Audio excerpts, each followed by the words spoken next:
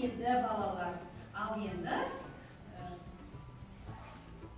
біз бүгін кәнекей екі топқа бөлінеміз. Келіңіздер балалар. Алыңдар.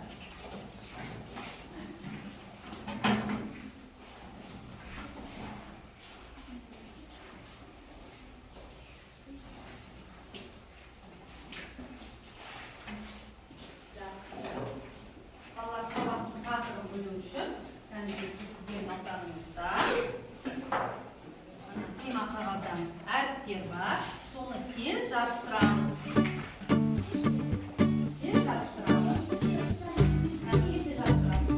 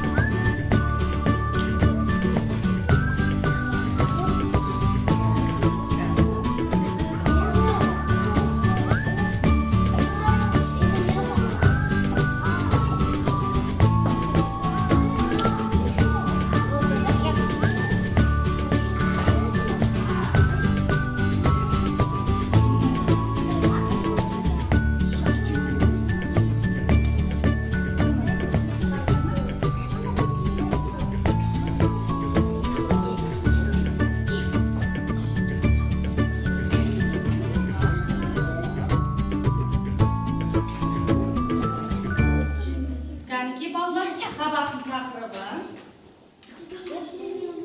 Айбекпен Ақботы көрсетіп, екі жақтан ұстап көрсетіп. Балалар, сабақтың тақырыбы өнерлі отбасы. Бәрекелді. Сабақтың тақырыбы өнерлі отбасы. Балалар, бұл сабақтың мақсаты сюжетті сүйрет негізінде сөйлеу, мұғалімнің қолдауымен шағын мәтіндегі көптік, тәуелді, септік, жіптік жалғауларды сөзден ауызша, жазбаша тілге қолдану. Балалар, аудионы тыңдаймыз. Өнер сүйсек жүйелерде, өнер табу, жолда оқу, дамыта бер, үйренде. Дәулет, Әлімжан. Балалар, кәнекей, ал енді барлығымыз бірге оқимыз, иә? Кәнекей. Өнер тану, өнер қу, өнер сүйсек жүйелерде, өнер табу, қолда оқу, дамыта бер, үйренде. Жарайсыңдар балалар. Ал енді өлең не жайында жазылған? Рахмет. Не туралы? Өнер туралы жазылған. Өнер туралы жазылған. Кәні кім қайталайды? Кәні Айбек. Өнер Туралы жазылған, иә? Аяру? Өнер туралы жазылған. Бәрекелді, өнер туралы жазылған. Ал енді балалар өнер туралы. Өнер балалар адамның жан дүниесінің ішкі сезімдерін бейнелеуде. Сипаттауға тырысудан туған құбылыс. Өнер арқылы адам өз ойын жеткізеді. Яғни қиялында туған бейнелерді де адамдарға жеткізеді. Өзінің қиялын, дүниетанымын, сезімін адам балалар ән арқылы немесе музыкалық аспаптар арқылы жеткізеді.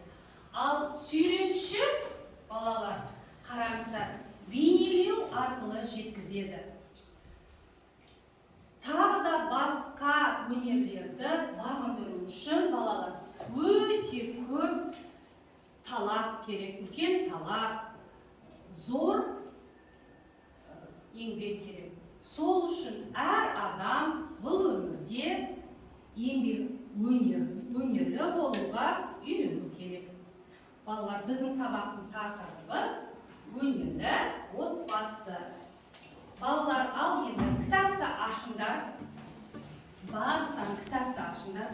46-шы беттегі 2-ші тапсырмаға назар аударыңыздар. Кем тігеді, қарындасым би билейді, інім ән үйірмесіне барады. Ағам суретші, мен баян тартамын. Біз өнерлі отбасы байқауына қатыстық. Жүлделі орында ие болдық. Кәне, енді тізбектеп оқып шығамыз. Диана, баста.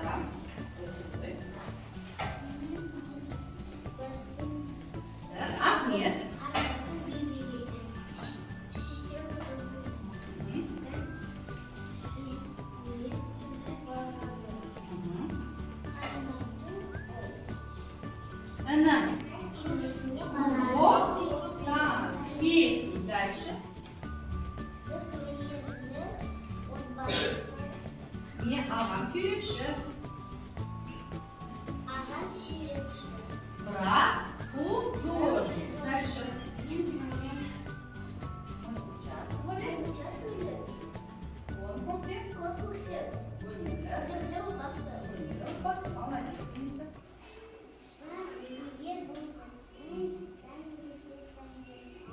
Дальше басқа басталады.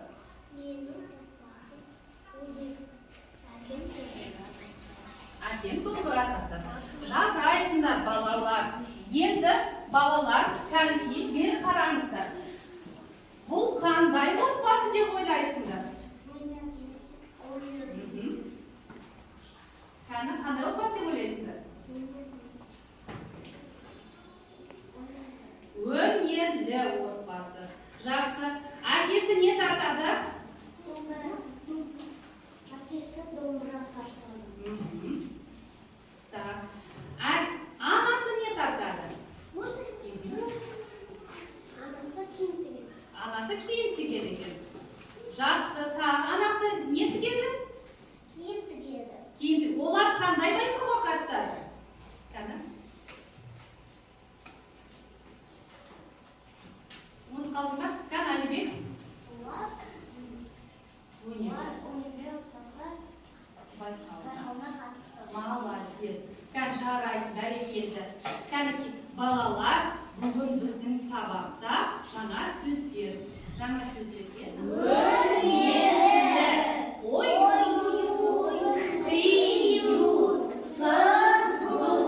Балалар, назар аударыңыздар. Өнерлі деген кезде, бұл жерде бізде ө дыбысы, е дыбысы. Ол қандай дауысты дыбыстар? Жіңішке дауысты дыбыстар. Яғни бұлар қалай дыбысталады балалар? Жіңішке қараңыздар, иә? Бәріміз бірге тағы да қайталайық. Өнерлі. Тағы да. Өнерлі. Енді осыны біз буынға бөлеміз. Лауш, приготовили, начали. Өнерлі. Неше буын болды? Дұрыс.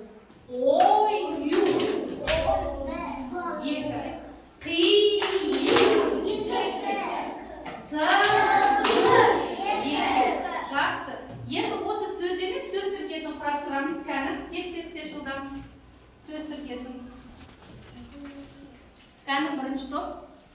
Рамазан, айта ғой. Өнерлі отбасы. Өнерлі отбасы. Ал, сұрамыз. Кәнекей. Өнерлі тобы. Кім айтады? Ахмет. Өнерлі әнші. Тағы. Өнерлі анам. Өнерлі анасы өнерлі екен. Өнерлі әкем. Өнерлі әкем Абдуллатиф.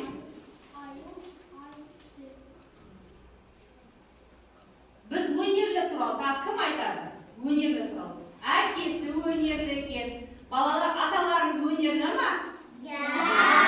Әжелер өнерлі ма? Мамалар өнерлі ма, аналар? Әкелер өнерлі ма? Бәрекелді. Ал енді ою деген сөзге сөз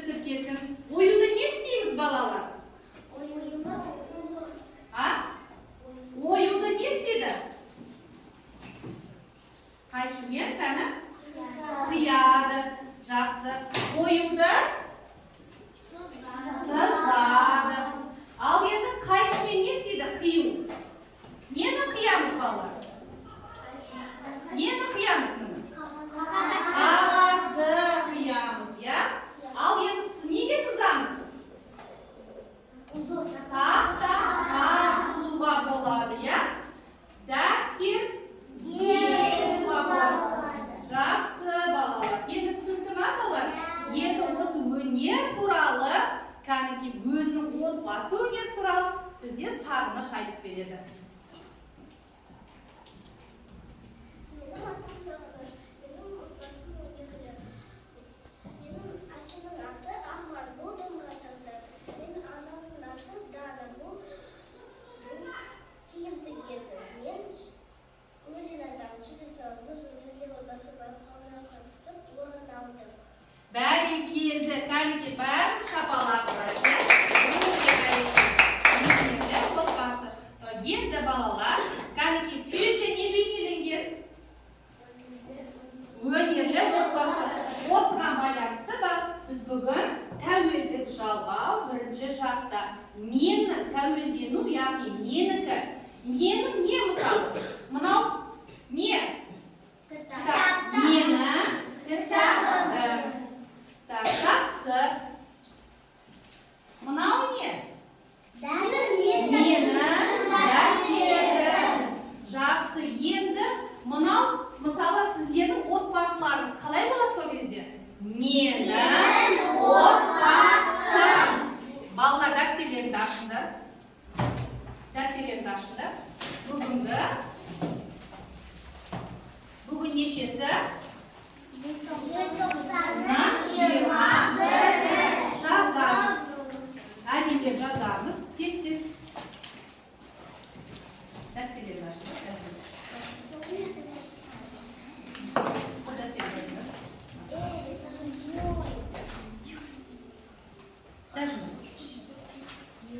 Рамазан, жазыңдар. 91 жылдан жазамыз, я? 91 сынып жұмысы. Балалар бағана сүйретке назар аударыңдар. Қалай айтамыз? Менің отбасым. Кәні. Менің отбасы қандай? Өнерлі. Так, дәске, тақтаға шығып жазады. Ахмет. Менің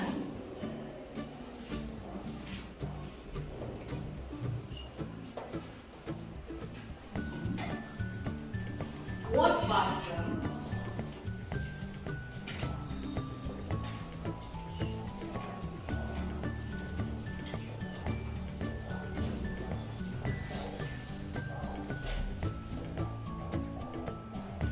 өнерлі.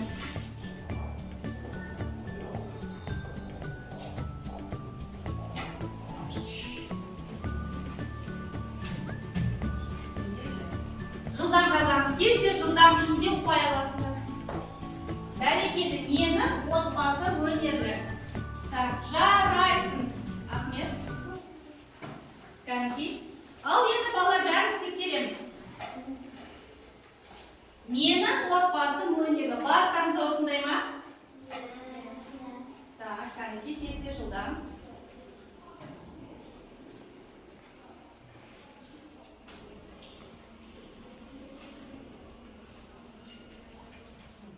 Кім жазып болды? Қолдар көтерді. Қанекер, кто написал?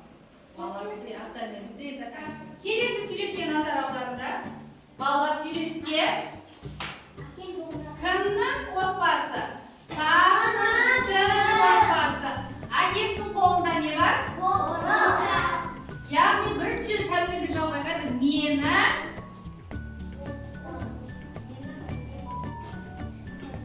әкем не тартады? Домбыра тартады. Бірінші жақта жазамыз. Менің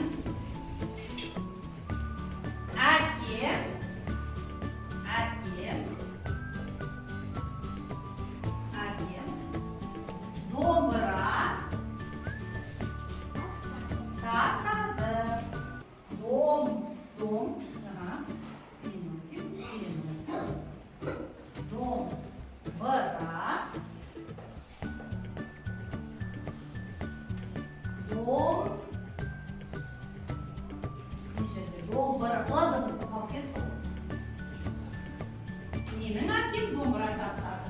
Барлығында осындай ма? Тексереміз. Проверяем. Тартады. Жарайсың. Бәрекелді. Менің әкем домбыра тартады.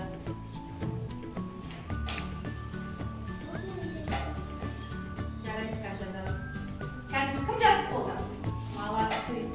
Жарайсың, бәрекелді. Тағы да жылдам, тез-тез. Менің атынан қайталаңыздар. Менің отбасым. Менің отбасым. Сенің отбасың. Сіздің отбасыңыз. Оның отбасы. Менің әкем. Сенің. Сіздің әкеңіз. Оның әкесі. Жарайсың. Енді бір біреуден. Кәдімгі Айбек тұра ғой. Бірінші сынауға. Жарайсың. Абдуллатиф. Сенің. Екінші жақ. Сенің отбасың. Сыпайы түрінде Юлияна. Үшінші жақ. Оның. Бәрекелді. Бірінші жақ. Менің. Сағыныш. Сенің әкең. Так, Диана. Тұра ғой. Сіздің әкеңіз. Алибек. Менің отбасым. Рамина. Сіздің. Жарайсыңдар, балалар. Бақ, жарайсыңдар. Ал енді балалар, барлығымыз тұрамыз.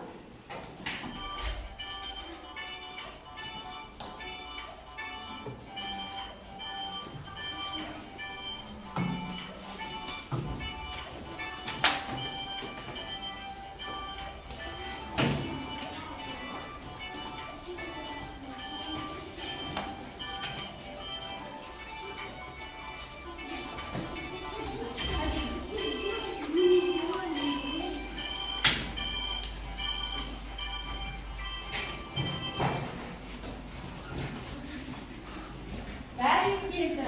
Сен сөздерді нормально істедің, балалар?